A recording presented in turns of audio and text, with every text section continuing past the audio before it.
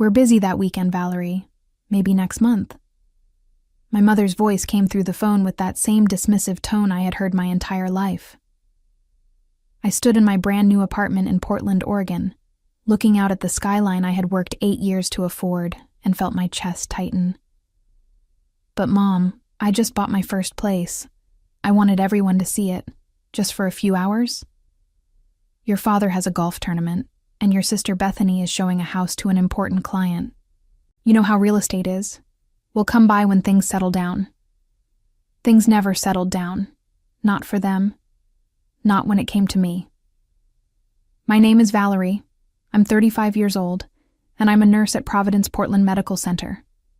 For the past 8 years, I had worked double shifts, picked up holidays, covered for colleagues, and saved every penny I could squeeze from my paychecks. I lived in a cramped studio apartment with paper-thin walls where I could hear my neighbor's television through the night. I drove a 15-year-old sedan that broke down more often than it ran. I wore scrubs that I had mended 3 times over and ate ramen noodles more nights than I cared to admit. But I did it. I finally did it. Last week, I closed on a beautiful 1-bedroom apartment on the 14th floor with floor-to-ceiling windows overlooking the city. It wasn't a mansion, but it was mine. Completely mine. No landlord, no mold in the bathroom, no upstairs neighbor stomping around at 2 a.m. Just my own space with hardwood floors, a kitchen with actual counter space, and that incredible view. I had called everyone. My parents, my sister Bethany, my brother Trevor, even my cousin Janine, who I barely spoke to anymore. I planned a housewarming for Saturday afternoon. Nothing fancy, just some appetizers, drinks, and a chance to show my family what I had accomplished. One by one, they all declined. I have a work thing, Trevor said.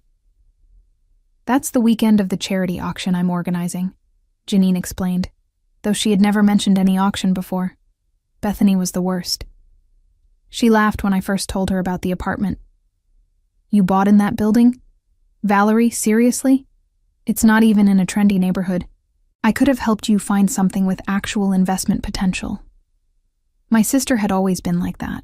She became a real estate agent 5 years ago and suddenly acted like she was an expert on everything. Never mind that I had spent months researching, visiting open houses, and carefully calculating what I could afford. Never mind that this apartment was perfect for me. Bethany had opinions, and she never hesitated to share them. I ended the call with my mother and set my phone down on my new kitchen counter. The granite was cool under my palm. I looked around at the boxes still waiting to be unpacked, at the walls that needed decorating, at the space that should have felt like a celebration, but instead felt hollow. This wasn't new. This was the pattern of my entire life. Growing up, I was always the invisible child. Bethany was the golden daughter, the one with perfect grades and perfect friends. Trevor was the athletic son, the one my father bragged about at every barbecue. And I was just Valerie, the middle child who worked hard and never quite measured up. When I graduated nursing school, my parents threw Bethany a huge party for getting her real estate license the same month. My graduation dinner was at a chain restaurant with a gift card for $50. When I got my first nursing job, Trevor announced his engagement, and suddenly, that was all anyone could talk about for 6 months. When I paid off my student loans last year, Bethany bought a new car, and my mother spent 3 weeks showing everyone photos of it. I told myself it didn't matter. I told myself I was doing this for me, not for their approval. But standing in my empty apartment that Saturday, I realized how much I had wanted them to care. Just once. Just for one afternoon. I spent the weekend alone, unpacking boxes and arranging furniture. I hung curtains. I assembled a bookshelf. I organized my tiny closet and folded my clothes with the kind of care I never bothered with in my old place. This was my home now. Mine. Sunday evening, as the sun set over Portland, I stood by my window and watched the city lights begin to glow. The view was stunning. The skyline stretched out before me, buildings lit up against the darkening sky, and I could see all the way to the river. I picked up my phone and took a photo. just one picture of that perfect view with the city spread out below me. I posted it to social media with a simple caption, "Finally home." I didn't tag anyone. I didn't add details. I just shared that one image and set my phone aside. Within an hour, it started. My phone buzzed, then again, and again. I glanced at the screen and saw notifications flooding in. Comments, messages, phone calls, all from my family. I looked at my phone, then back out at the view. For 8 years, I had worked myself to exhaustion. For 8 years, I had heard every excuse about why they were too busy, too important, too occupied with their own lives to show up for mine. I set my phone on silent and walked away. Let them wait. The calls kept coming all night. By Monday morning, I had 17 missed calls from my mother, 12 from Bethany, 8 from Trevor, and even 3 from my father, who rarely called me at all. There were text messages piling up, each one more urgent than the last. I ignored them all and went to work. The hospital was busy that day, which suited me fine. I needed the distraction. I checked vitals, administered medications, comforted anxious patients, and did all the things that made me good at my job. During my lunch break, I finally looked at my phone. The messages were almost amusing in their progression. My mother's first text was casual. "Saw your post. Call me when you can." An hour later, "Valerie, please call. We need to talk about your apartment." By midnight, "This is ridiculous. Pick up your phone." Bethany's messages followed a similar pattern, though hers had an edge of professional interest. "Is that the Westview building? I didn't know you were looking at high-rises. Call me. I have questions."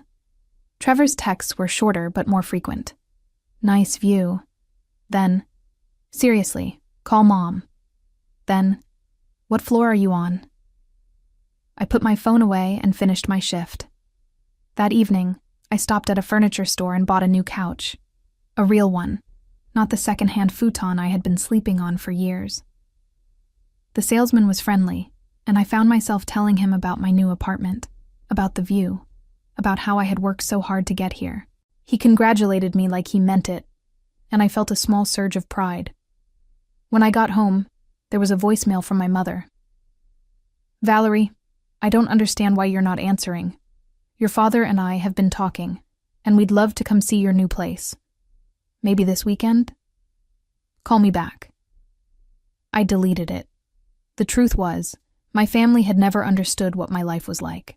They didn't know about the double shifts or the times I picked up extra hours during holidays so I could save an extra $200 a month.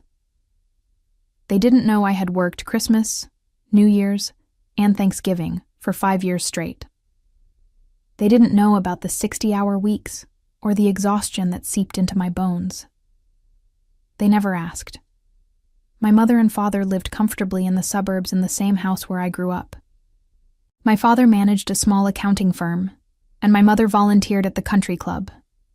They were busy people, involved in their community, always organizing something or attending something, but they were busy with the things that mattered to them. Bethany had built a successful real estate career, or so she claimed. She sold homes to wealthy clients and posted photos of herself holding oversized checks at closings. She drove a luxury sedan and wore designer clothes and talked constantly about her networking events and open houses. Trevor worked in sales for a pharmaceutical company. He traveled often, made decent money, and spent most of it on his hobbies. He had a boat he took out twice a year, and a motorcycle he liked to show off at family gatherings.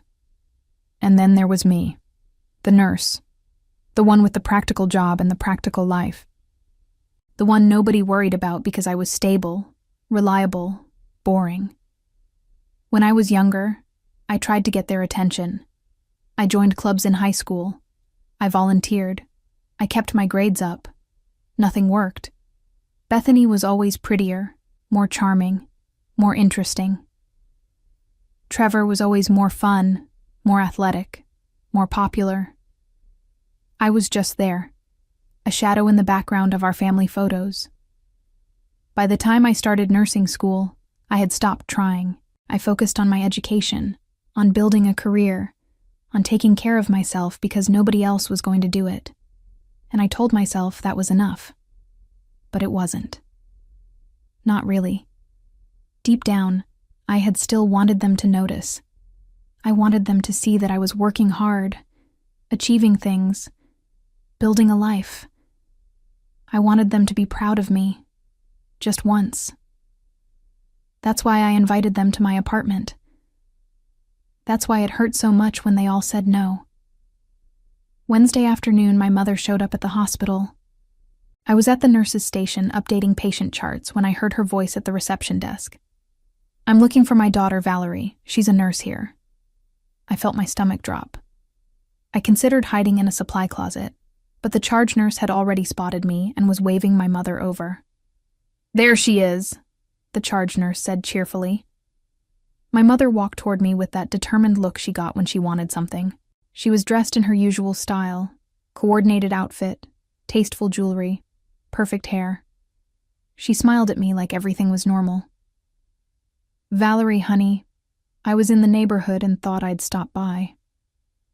She was never in the neighborhood. The hospital was 30 minutes from her house. "I'm working, Mom." I know, but we've been trying to reach you. Why haven't you returned our calls?" "I've been busy." She laughed, that light, dismissive laugh that made me feel small. "Busy? We're all busy, sweetheart. But family is important. Your father and I would really love to see your new apartment. How about this weekend?" I looked at her standing there in the middle of my workplace, asking for the exact thing she had refused when I asked her first. The thing I had wanted so badly just a few days ago. "This weekend doesn't work for me," I said. Her smile faltered. "Oh. Well, when would be good?" "I'll let you know." I turned back to my computer, and after a moment, I heard her walk away. My mother wasn't the only one who wouldn't give up. Over the next week, my entire family launched a coordinated campaign to get an invitation to my apartment. Bethany started texting me real estate advice I never asked for. "You should consider refinishing the floors. It adds value. I can recommend someone." And, "Have you thought about the resale potential? Location is everything." Trevor sent me links to furniture stores and home decor websites. "Thought you might need this for your new place." My father, who normally communicated with me about twice a year, suddenly started calling every other day. "Your mother is worried about you. Just give her a call." Janine, my cousin, reached out with suspicious enthusiasm. "I saw your post. The apartment looks amazing. I'd love to see it in person. Are you free next weekend?" They were all so transparent, and none of them acknowledged the real issue. None of them mentioned that they had all turned me down. None of them apologized or even seemed to recognize why I might be upset. They just wanted access to what they now realized was worth their attention. I kept ignoring them. At work, my colleague Denise noticed my mood. We were restocking supplies together when she asked, "You okay? You seem distracted." Denise was one of the few people who knew my family history. We had worked together for 6 years, and over countless night shifts, I had shared enough for her to understand the dynamics. "My family won't stop calling me," I said. "About the apartment?" "Yes. They all said no when I invited them. Now they won't leave me alone." Denise shook her head.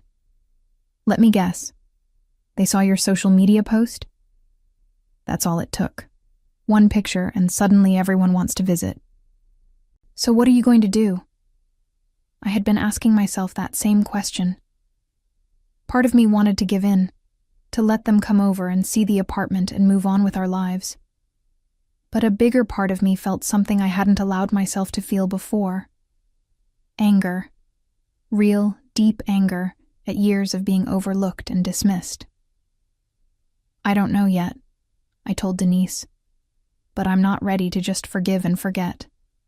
"Good," she said firmly. "Don't let them off easy." That Saturday, I had the day off. I spent the morning arranging my bookshelves and hanging pictures on the walls. My apartment was really coming together. Every corner reflected my taste, my choices, my hard work. It felt good. Around noon, my doorbell rang. I wasn't expecting anyone. I looked through the peephole and felt my chest tighten. Bethany stood in the hallway, holding a bottle of wine and wearing her professional smile. I considered not answering, but she rang the bell again. I opened the door but didn't invite her in. "Surprise," Bethany said brightly. "I was showing a property nearby and thought I'd drop by. How did you get my address?" "Mom gave it to me. Can I come in? I brought wine." "I didn't invite you." Her smile flickered. "Valerie, come on. Don't be like this. I want to see your new place. Mom said you've been avoiding everyone." "I wonder why." "Look, I'm sorry I couldn't make it to your housewarming. I really did have a client meeting, but I'm here now. Can't we just move past this?" There it was. The casual dismissal of my feelings, wrapped up in a pretty apology that wasn't really an apology at all. "No," I said. "No? You didn't want to come when it mattered to me. So I don't really care that you want to come now." Bethany's professional mask cracked. "Are you seriously going to hold a grudge over this? It's just an apartment, Valerie. It's not that big a deal." "Exactly," I said. "It's just an apartment, so you shouldn't mind missing out on seeing it." I started to close the door, but Bethany put her hand against it. "Wait. Just wait. I know we haven't always been close, but we're sisters. Can't we at least try?" I looked at her standing there in her expensive blazer with her expensive wine, and I wondered if she had any idea what she was asking. She wanted me to just let her in, literally and figuratively, without acknowledging the years of being second place, without admitting that she had always seen me as less important, less interesting, less worth her time. "You want to know something?" I said quietly. "I worked 8 years for this apartment. 8 years of double shifts and holidays and exhaustion. And when I finally bought it, the first thing I wanted was to share it with my family. That's all I wanted. Just a few hours of your time to celebrate something I was proud of." I said I'm sorry. "No, you said you had a client meeting." "That's not the same thing." Bethany's expression hardened. "You know what? Fine, be petty, but don't come crying to us when you need something." "I haven't needed you for anything in years," I said. "I think I'll manage." I closed the door. My hands were shaking. I walked to my window and looked out at the view that had started all of this. The city stretched out below me, indifferent to my family drama, indifferent to my hurt feelings. Just buildings and streets and lives being lived. My phone buzzed. It was a text from my mother. "Bethany told me what happened. This is unacceptable. You need to apologize to your sister." I stared at the message for a long moment. Then I blocked her number. I blocked Bethany's number. I blocked Trevor's number. I even blocked my father's number. I set my phone down and felt something shift inside me. For 35 years, I had waited for my family to see me, to value me, to make me feel like I mattered. And they never did. Maybe it was time to stop waiting. Maybe it was time to build a life where I didn't need their approval at all. The silence that followed blocking my family was both terrifying and liberating. For the first 2 days, I kept checking my phone, half expecting to find a way around the block, some emergency that would force me to respond. But nothing came. Just blessed, peaceful silence. Work became my refuge. I picked up extra shifts again, not because I needed the money anymore, but because I needed the distraction. The hospital was the one place where I felt competent, valued, necessary. Patients didn't care about family drama. They just needed someone who showed up and did the job well. It was during a particularly long Thursday shift that everything started to unravel in ways I hadn't anticipated. I was checking on a patient in room 312 when I heard familiar voices at the nurse's station. My stomach dropped before my brain even processed who it was. My mother and Bethany were talking to the charge nurse. I stepped back into the patient's room, hoping they hadn't seen me. Through the partially open door, I could hear their conversation. "We're very worried about her," my mother was saying in that concerned voice she used when she wanted sympathy. "She's been acting strange, blocking our calls. We just want to make sure she's okay." "I can have someone check if she's available," the charge nurse offered. No, we'll wait. We brought her favorite lunch. She's been working so hard." My favorite lunch. They didn't even know what my favorite lunch was. I hadn't eaten with them in months, maybe longer. I stayed in that patient's room for 20 minutes, pretending to adjust IV lines and check monitors. When I finally emerged, my mother and Bethany were sitting in the waiting area with a bag from an expensive deli I had never been to. I had two choices: confront them or hide in the supply closet until they left. I chose confrontation. "What are you doing here?" I asked, keeping my voice low. We were in a hospital, after all. My mother stood immediately, her face brightening with manufactured relief. "Valerie, there you are. We've been so worried. You blocked our numbers." "Yes, I did." "Why would you do that? We're your family." "You came to my workplace. This is inappropriate." Bethany stood up, her expression somewhere between annoyed and embarrassed. Several other staff members were watching now, and I could tell she didn't like the audience. "We just wanted to talk to you. You won't answer our calls or texts." "Because I don't want to talk to you." My mother reached for my arm, but I stepped back. "Valerie, please. Let's be reasonable about this.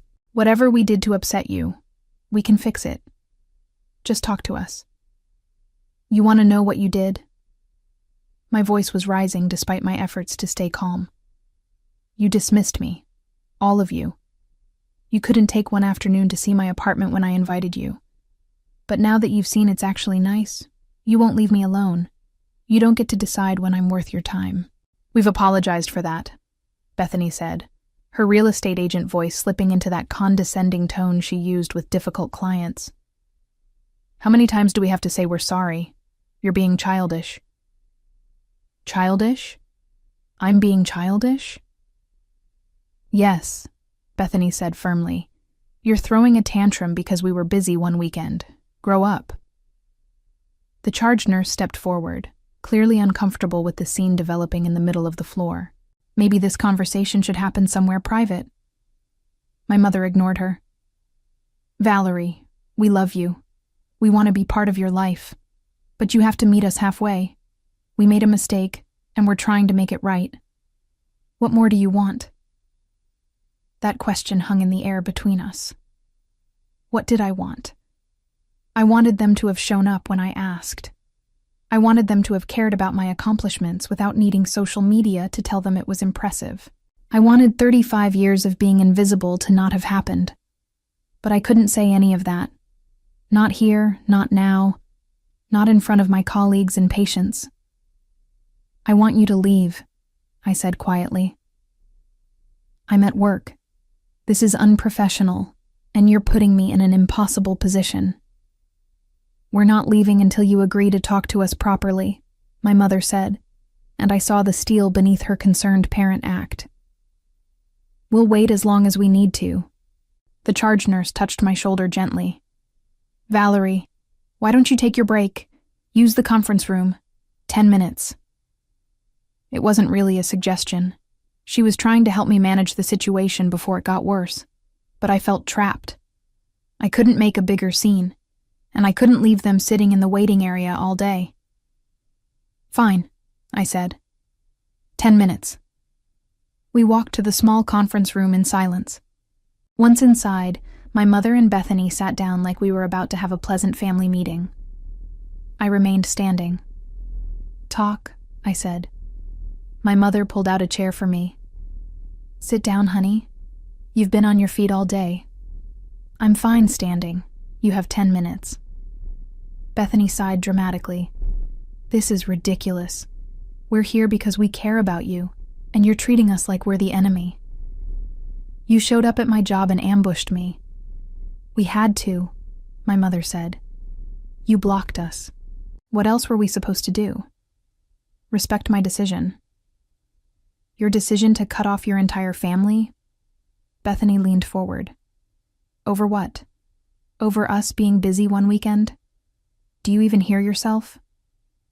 I felt my hands clench into fists. It's not about one weekend. It's about every weekend. Every graduation, every achievement, every time I needed you and you weren't there. That's not fair, my mother protested. We've always been there for you. No, you haven't. You've been there for Bethany's open houses and Trevor's golf tournaments and Dad's office parties. But when I graduated nursing school, you threw me a dinner at a chain restaurant. When I paid off my student loans, nobody even said congratulations. We did say congratulations, Bethany interjected. Did you? Because I don't remember it. My mother's face was flushed now, and I could see her struggling to maintain her composure. We've done our best with all three of you. If you felt neglected, I'm sorry. But you need to understand that we had limited time and resources. We made choices we thought were right. You chose them over me. Every time. That's not true. Then prove it, I said. And even as the words came out, I knew I was making a mistake. Tell me one thing about my life right now. One thing about what matters to me, what I care about, what I do when I'm not at work. Tell me anything that shows you actually know who I am. The silence that followed was deafening. My mother opened her mouth, closed it, looked at Bethany for help. Bethany shrugged. You work at the hospital. You just bought an apartment. That's it? That's all you know about me? Well, you're not exactly an open book, Bethany said defensively. You never share anything with us. Because you never ask. My mother stood up, her voice tight. This isn't productive. We came here to reconcile, not to be attacked. I'm not attacking you. I'm telling you the truth. Your truth, she corrected. Your version of things. There are 3 sides to every story, Valerie. Then tell me yours. But she didn't. She just gathered her purse and looked at Bethany. We should go. She's clearly not in a place where she can have a rational conversation. They walked out, leaving the expensive deli bag on the table. I sat down heavily in one of the chairs and put my head in my hands. The door opened, and Denise poked her head in. You okay? No. She came in and sat beside me. That looked rough. They don't get it. They're never going to get it. Maybe not, Denise said gently. But that doesn't mean you were wrong. That evening I came home to find my brother Trevor waiting in the lobby of my building. He stood up when he saw me, holding a coffee cup and looking uncomfortable. How did you get in here? I asked, already knowing the answer. The building had a buzzer system, but some residents were careless about letting people in. Someone held the door for me. Look, I know you don't want to see any of us right now, but I really need to talk to you. I'm tired, Trevor. It's been a long day. Just 5 minutes, please. Against my better judgment, I let him follow me upstairs. When I unlocked my apartment door, I saw his eyes widen as he took in the space. Wow, he said quietly. This is really nice, Val. No one had called me Val since high school. I didn't invite him to sit down. Say what you came to say. Trevor walked to the window, looking out at the view that had caused all this trouble. I get why you're mad. I do. Mom and Bethany came to see me after they left the hospital, and they told me what happened. I'm sure they gave you their version. They did, but I also know them, and I know you, and I wanted to hear your side. That surprised me. Trevor had never been particularly insightful about family dynamics. He usually went along with whatever kept the peace. Why? I asked. He turned back to face me. Because I've been thinking about it, and you're right. We haven't been great to you. I haven't been great to you. I waited, suspicious of where this was going. When I got engaged, you helped plan my bachelor party. You spent weeks organizing it, and it was perfect. But when you graduated nursing school, I didn't even show up to the ceremony. I was golfing. I remember. And last year, when you texted me about paying off your loans, I just sent back a thumbs up emoji. I didn't even call you. No, you didn't. He sat down on my new couch without asking, looking tired. The thing is, I think I always just assumed you'd be okay. You're the responsible one, the one who has her life together. You don't need the same attention that Bethany needs or the same encouragement that I need. You just handle things. So you took me for granted. Yeah, I guess I did. It was the most honest thing any member of my family had said to me in years, and I didn't know how to respond. Why are you telling me this? I asked. Because Mom called me crying after the hospital thing. She said you accused her of not knowing anything about you, and when she tried to think of something, she couldn't, and that scared her. It should scare her. It scared me too, because I realized I couldn't answer that question either. I don't really know you, Val. Not anymore. Maybe I never did. I felt tears prickling at my eyes, but I blinked them back. So what now? You apologize. I forgive everyone. And we go back to how things were. God, I hope not, Trevor said.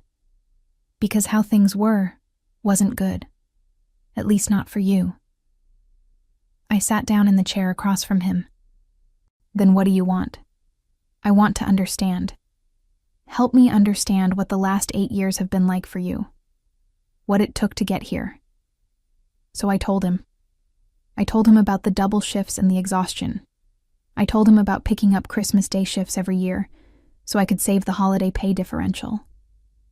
I told him about living in that terrible studio with the broken heater and the landlord who never fixed anything. I told him about eating ramen and rice for months at a time. I told him about the spreadsheet I kept, tracking every penny, calculating how long it would take to save enough for a down payment. Trevor listened without interrupting. When I finished, he was quiet for a long moment. I had no idea, he finally said, because you never asked. You're right, but also, you never told us. You never said you were struggling, or that you needed help, or that things were hard. Would you have listened? He didn't answer, which was answer enough. I didn't want your help, I said. I wanted your acknowledgement. I wanted you to notice that I was working toward something. I wanted someone in this family to be proud of me, without me having to beg for it. I am proud of you. Looking at this place, knowing what it took to get here, I'm really proud of you, Val. 8 years too late. I know, and I can't change that. But I can try to be better going forward. If you'll let me. I wanted to believe him. I wanted to think that this conversation was real, that his understanding was genuine. But I had been disappointed by my family too many times to trust it easily. Trevor, why did you really come here? Did Mom send you? He had the decency to look embarrassed. She asked me to talk to you, yeah, but not for the reasons you think. She's genuinely upset, Val. So is Dad. They're realizing that they might actually lose you, and it's freaking them out. They should have thought of that before. You're right. But people don't always think about consequences until they're facing them. You blocking everyone, refusing to see us. It's making them understand how serious this is. Good. Is it? Trevor leaned forward. Because I'm not sure what your endgame is here. Are you cutting us off forever? Are you waiting for some grand gesture? What do you actually want to happen? It was a fair question, and I didn't have a good answer. I don't know, I admitted. I just know I'm tired of being the one who always bends. I'm tired of being understanding and flexible and forgiving, while everyone else just does whatever they want. Then don't bend. Make us work for it. Make us prove we can do better.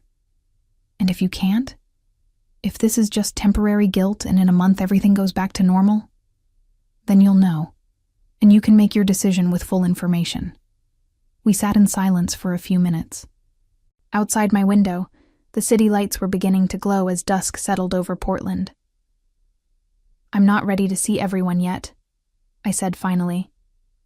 I'm still too angry. That's fair, but will you at least unblock my number so I can check in on you? Not for them, just for me. I considered it. Maybe.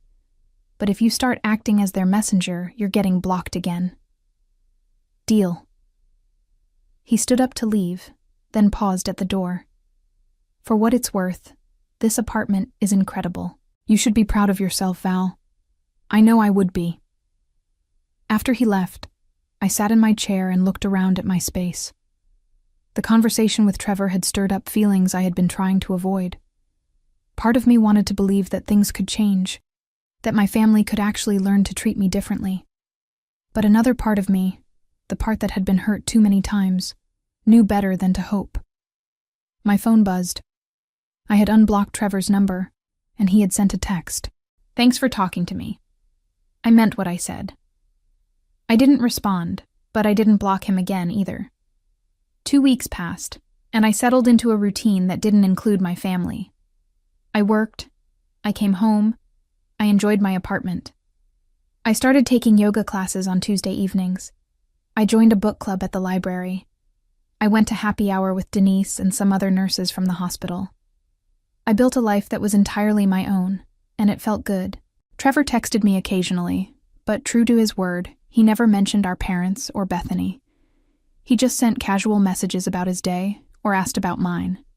I responded sometimes, keeping things light. Then, 3 weeks after the hospital confrontation, something happened that changed everything. I was at the grocery store on a Saturday morning when I ran into Janine, my cousin. I hadn't seen her since before I bought the apartment, and I tried to walk the other way, but she spotted me. Valerie, wait. She hurried over, her expression urgent. I'm so glad I ran into you. I've been wanting to talk to you, but you blocked everyone. There was a reason for that. I know, and I don't blame you. But there's something you need to know, and I'm probably going to get in trouble for telling you. But I think you deserve to hear it. I felt a prickle of unease. What are you talking about? Janine glanced around, as if checking to see if anyone was listening. Can we talk somewhere private? This isn't a quick conversation. Against my better judgment, I followed her to the coffee shop next door. We sat in a corner booth, and Janine ordered 2 coffees before turning to face me. I need you to understand something first, she said. I'm not telling you this to cause drama or to take sides. I'm telling you because it's the right thing to do, and because I care about you. Janine, what is going on? She took a deep breath. Your mom and Bethany have been talking about your apartment. A lot. And not in a nice way. Okay. They're obsessed with it. Your mom told everyone at her book club about how you're living in some fancy high-rise, making it sound like you won the lottery or something. But when I talked to her privately, she said something that really bothered me. What did she say? She said they need to get back in your good graces because they want you to list Bethany as your real estate agent when you sell. She said it's a prime property, and Bethany could make a good commission off it. I felt my stomach drop. What? That's not even the worst part. Your dad has been asking Trevor questions about your finances. How much you make, whether you had help buying the place, if you have a mortgage. Trevor said no at first, but your dad kept pushing. Why? Janine hesitated. I think they're trying to figure out if you have money. Your mom made some comment about how if you could afford that apartment, you could afford to help them out with some things. Help them out with what? I don't know exactly.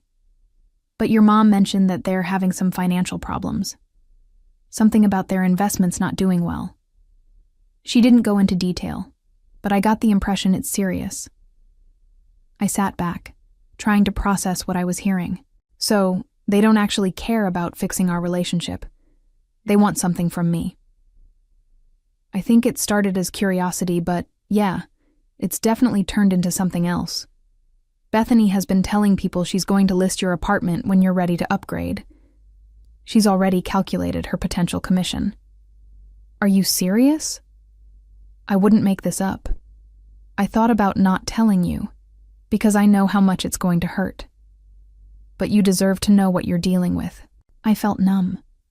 Part of me had suspected that my family's sudden interest wasn't genuine, but having it confirmed was still devastating. There's one more thing, Janine said quietly. Your mom has been telling people that you're being selfish and cruel, refusing to see your family over a simple misunderstanding. She's painting herself as the victim, and a lot of people believe her because they don't know the full story. Of course she is. I've been defending you when I can, but you know how your mom is. She's very convincing when she wants to be. We sat in silence for a moment. My coffee had gone cold, and I hadn't even taken a sip. Why are you telling me all this? I asked. You've always been closer to my mom than to me. Because I've watched how they treat you for years, and I've always felt bad about not saying something. When you posted that picture of your apartment, I saw how beautiful it was, and I was genuinely happy for you. But then, I watched your family's reaction, and it made me sick. They didn't care about your accomplishment. They only cared about what it meant for them. Thank you for telling me, I said. Really, I know it wasn't easy. What are you going to do? That was the question, wasn't it? I had been waiting for my family to prove they couldn't change, and here was the proof, delivered on a silver platter.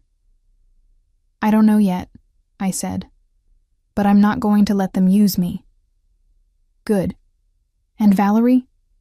For what it's worth, I think you've handled this with a lot more grace than I would have. They don't deserve your forgiveness. After Janine left, I sat in that coffee shop for another hour, thinking about everything she had told me. The betrayal hurt, but it also crystallized something for me. I had been holding on to a small hope that my family would wake up and realize what they had done, that they would genuinely want to repair our relationship. But that hope was based on the family I wished I had, not the family I actually had. My real family saw me as a resource, not a person. They saw my apartment as an opportunity, not an achievement. And when I set boundaries, they didn't respect them. They just looked for ways around them. I pulled out my phone and looked at the blocked numbers. With a few taps, I unblocked them all. Not because I wanted to reconcile, but because I wanted to see what they would do next. I wanted to watch them reveal themselves completely, and I was going to make sure that when they did, there would be consequences. Within minutes, my phone started buzzing. Messages from my mother, from Bethany, from my father. All variations of the same theme: relief that I had unblocked them, requests to talk, invitations to dinner. I responded to none of them. Instead, I opened a new note on my phone and started writing down everything I knew. Every promise they had broken, every achievement they had dismissed, every time they had chosen someone else over me. And now, their plan to use my apartment for Bethany's commission and their financial problems. If they wanted to play games, I would play. But I would play to win. I spent the next week preparing. If my family wanted access to my life, to my apartment, to whatever financial help they thought I could provide, they were going to have to earn it. But more importantly, they were going to have to show everyone who they really were. The first step was accepting their invitation to Sunday dinner at my parents' house. My mother nearly cried with relief when I called her back. "Oh, Valerie, I'm so glad you're ready to talk. We've missed you so much."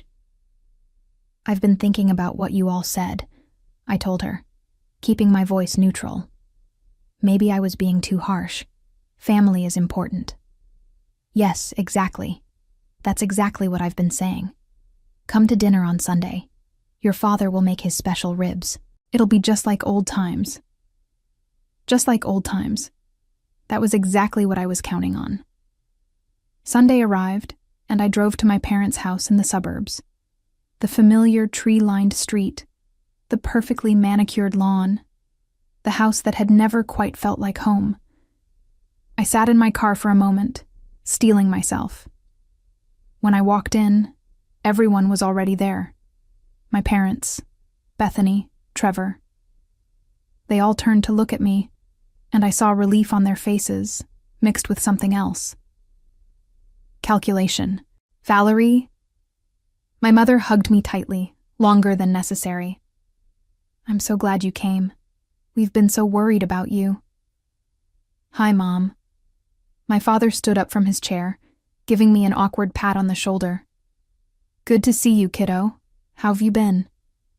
Busy with work. Bethany approached with a smile that didn't reach her eyes.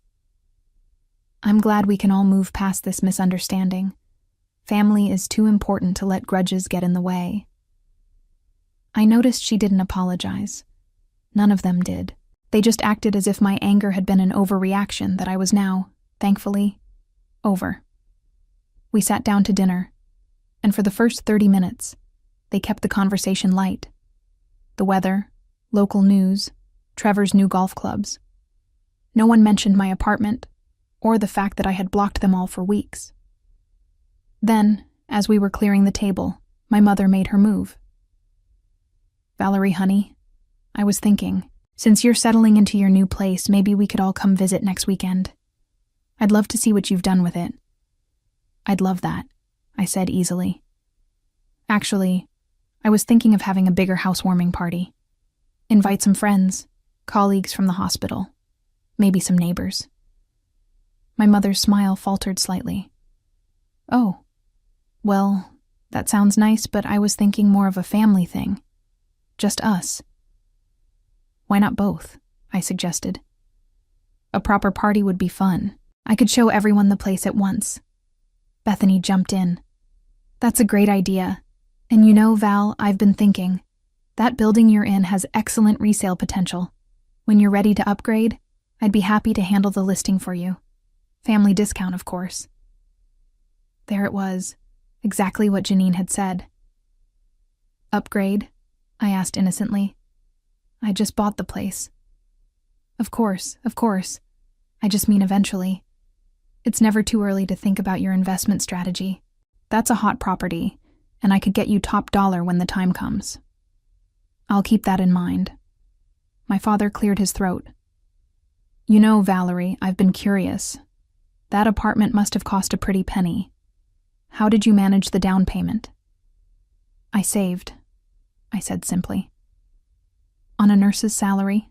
That's impressive. Very impressive. You must have quite a nest egg built up. I saw where this was going. I do okay. The thing is, my father continued, your mother and I have been having some financial difficulties.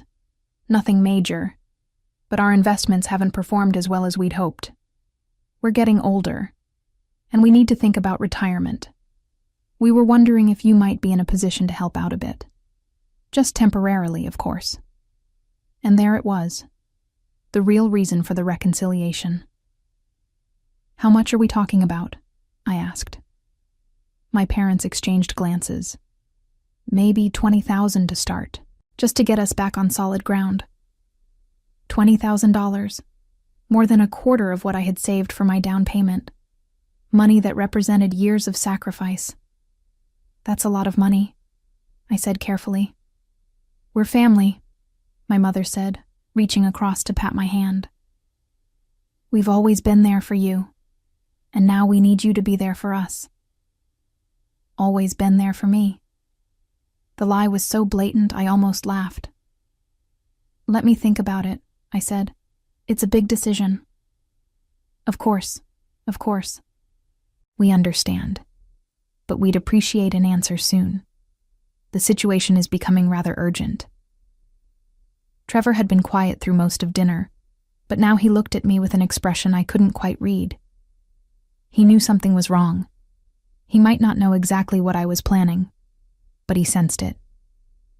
After dinner, as I was leaving, he followed me out to my car.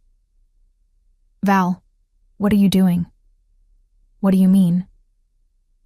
You're planning something, I can tell. I looked at him for a long moment. Do you know what they asked me in there? I heard. And it's messed up. They shouldn't have asked you for money, especially not after everything that's happened. But you didn't say anything. He looked down. No, I didn't. That's what I thought. I got in my car and drove away, leaving him standing in the driveway. The next Saturday, I hosted my housewarming party. I invited everyone, my family, colleagues from the hospital, neighbors from my building, friends from yoga and book club, even Janine and some extended family members. 50 people in total, all gathered in my apartment and spilling out into the hallway. I had spent days preparing. Not just food and drinks, but something else. Something my family had no idea was coming. They arrived early, my parents and Bethany. Trevor came separately, still looking uneasy. They moved through my apartment with proprietary interest, my mother commenting on the furniture placement, my father examining the view, Bethany taking notes on her phone about the building's amenities. This really is a prime property, Bethany said loudly enough for others to hear. Great bones, excellent location. I'm so proud of my sister for making such a smart investment. My sister. Suddenly, I was her sister again, now that there was something in it for her. As more guests arrived, I played the perfect hostess. I introduced my family to my colleagues, to my neighbors, to everyone. I made sure everyone knew who they were. This is my mother, who taught me the importance of hard work, I said, watching her preen. And my sister Bethany, who's a successful real estate agent, and my father, who always had such high standards.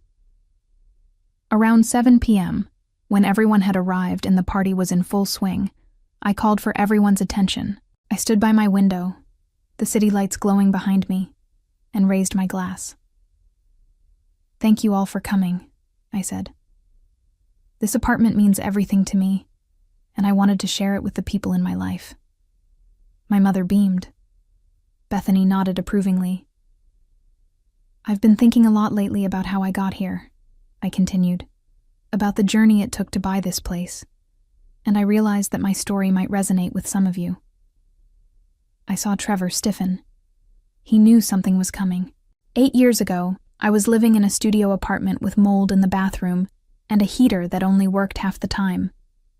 I was working double shifts at the hospital, picking up every holiday, every weekend, every overtime opportunity I could find. I ate ramen noodles for dinner more nights than I care to count. I wore scrubs that I had mended 3 times over. I drove a car that broke down regularly. The room had gone quiet. My colleagues nodded, recognizing their own struggles. I did all of this alone, I said. I didn't have family money to help with the down payment.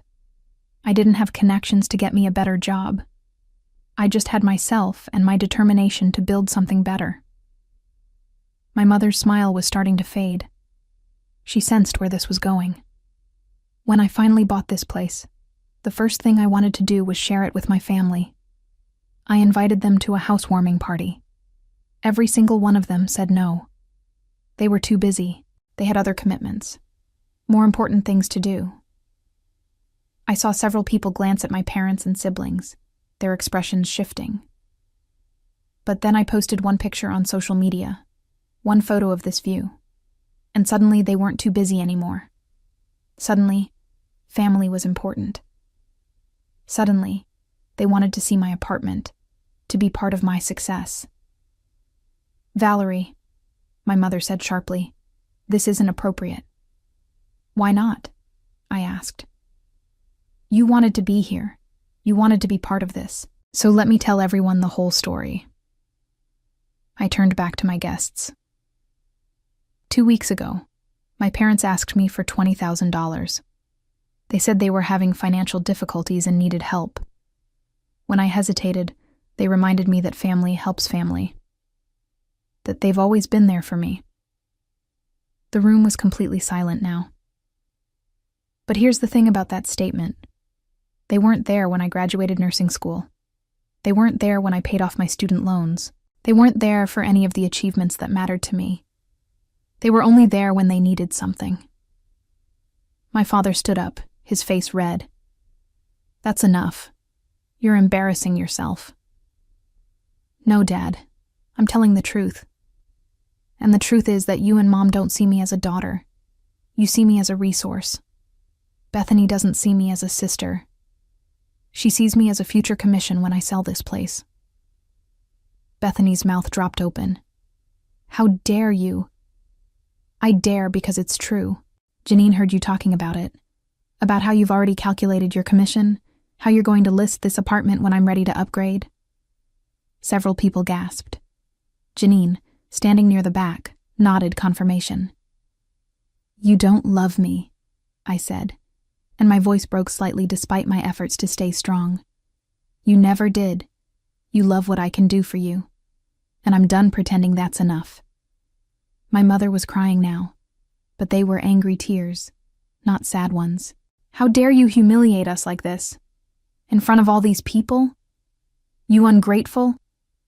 Ungrateful? I laughed, and it came out bitter. For what? For raising me? That's what parents are supposed to do. You don't get extra credit for the bare minimum. We paid for your education, my father shouted. No, you didn't. I had scholarships and loans. You paid for Bethany's college and Trevor's car. I got a $50 gift card and a lecture about responsibility. The truth hung in the air, undeniable and ugly. My family stood there, exposed in front of 50 witnesses. My mother's face was red with fury and humiliation. Bethany looked like she wanted to disappear. My father couldn't meet anyone's eyes. Only Trevor remained still, watching me with an expression that might have been respect. I think you should leave, I said quietly. All of you. Gladly, Bethany snapped. She grabbed her purse and stormed toward the door. My parents followed, my mother pausing only to hiss at me. You'll regret this. No, I said. I really won't. Trevor lingered for a moment. Val, go with them, Trevor. You made your choice by staying silent. He opened his mouth as if to argue, then closed it and walked out. After they left, the party was subdued for a few minutes. Then Denise came over and hugged me tightly. That was the bravest thing I've ever seen, she whispered. One by one, other people approached. Colleagues who had worked similar struggles. Neighbors who understood family dysfunction. People who had their own stories of being undervalued and overlooked. My parents did the same thing to me, one of the nurses said. Only cared when they needed money. I cut off my sister 3 years ago, a neighbor admitted. Best decision I ever made. The party eventually resumed, and it turned into something better than I had planned. It became a celebration not just of my apartment, but of boundaries and self-respect, and choosing yourself when no one else will.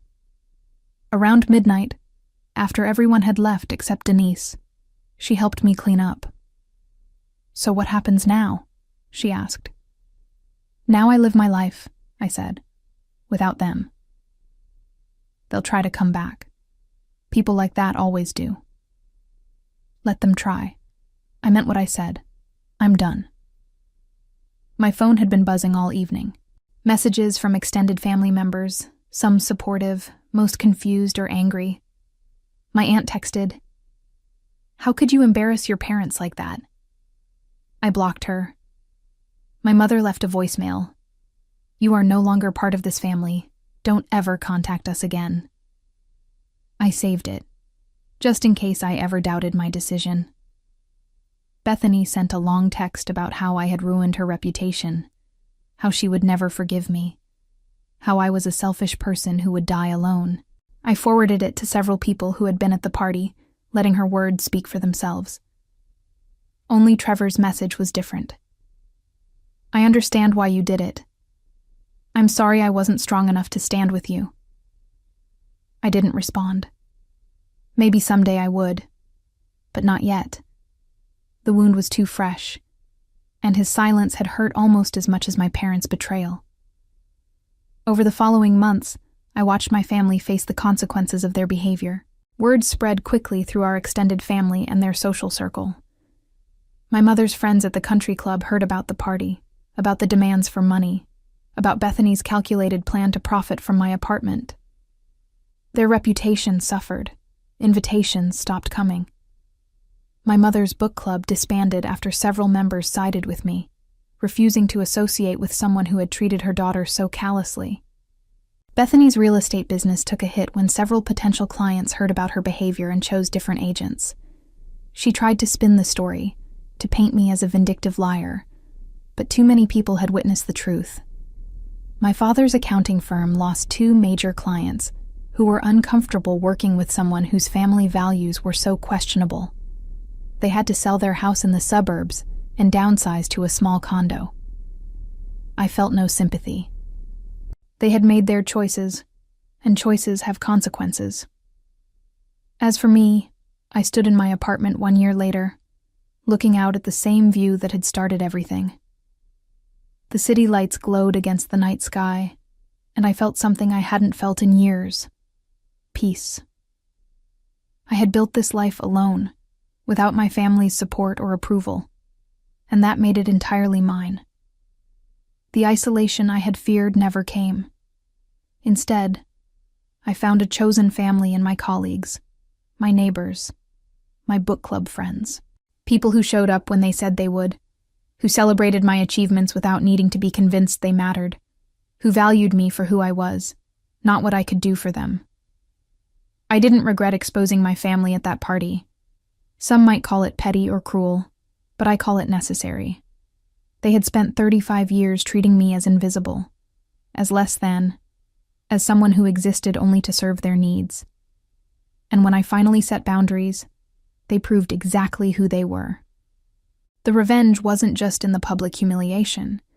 It was in choosing myself, in building a life so complete and fulfilling that their absence became a blessing rather than a loss. I had waited so long for my family to see me, to value me, to love me the way I deserved. And in the end, I realized the only person who needed to see my worth was me.